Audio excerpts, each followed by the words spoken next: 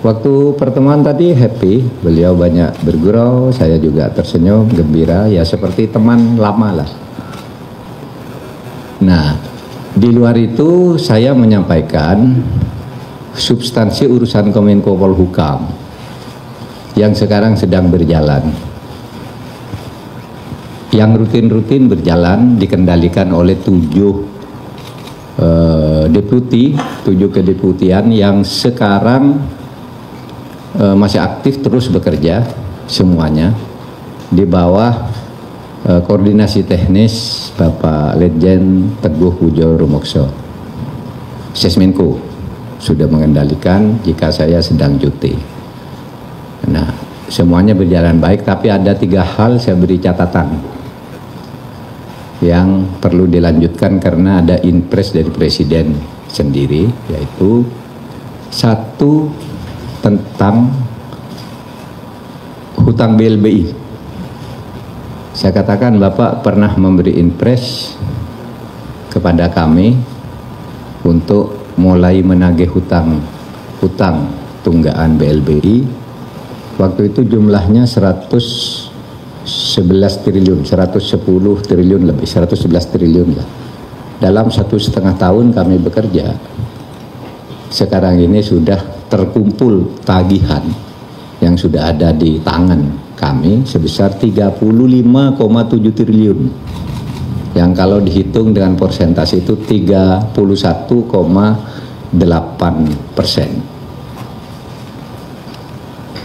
Saya katakan Pak Presiden, ini tagihannya masih ada karena ada yang masih mengelak, ingin tidak membayar, ada yang mau menawar, ini jumlah hutangnya tidak sebegitu dan seterusnya. Saya katakan ini sudah kami tutup, yang sudah bayar ini sudah selesai, yang sisanya tetap harus ditagih Bapak Presiden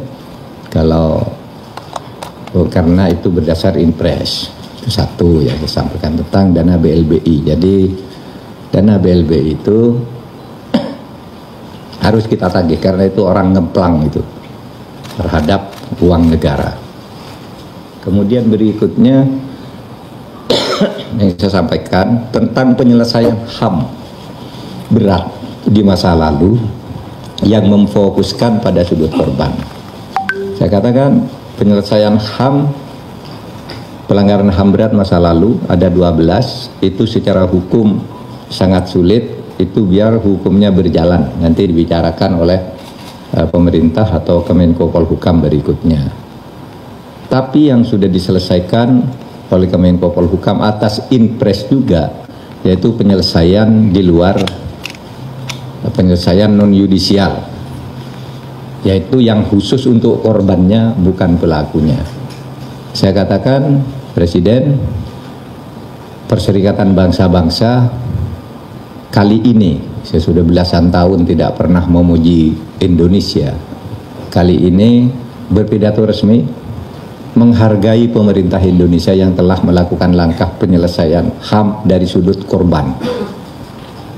Pelaku masih terus dicari, tapi korbannya disantuni lebih dulu. Itu resmi Dewan HAM PBB menyampaikan pidatonya, memberi penghargaan kepada Presiden Jokowi dari Republik Indonesia yang telah melangkah maju dalam penyelesaian HAM. Bahkan dalam 3 kali sidang HAM berturut-turut selama 3 tahun waktu saya jadi Menko Polhukam, itu Indonesia tidak pernah disebut lagi oleh Dewan HAM PBB sebagai negara yang bermasalah. Sebelumnya selalu disebut. Nah, waktu saya mulai tahun 2020, 2021, 2002 tidak disebut Indonesia punya catatan ini, tidak ada. Jadi yang banyak hoax di Indonesia itu rusak HAM. Saya datang ke sini ke markas PBB, tidak ada catatan 3 tahun terakhir. Dulu selalu disebut yang mengalami kemajuan negara ini, yang melamai kemunduran negara ini, Indonesia selalu disebut di kemunduran. Sekarang sudah tidak disebut.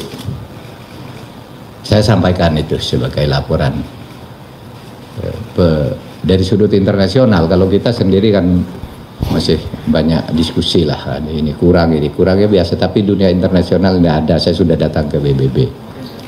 Lalu yang ketiga yang saya sampaikan ke Bapak Presiden yang sekarang sedang berjalan adalah RUU Mahkamah Konstitusi yang atas inisiatif DPR mau direvisi lagi.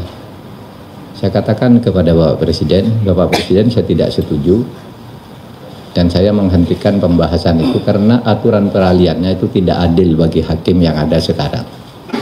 Sehingga saya katakan ya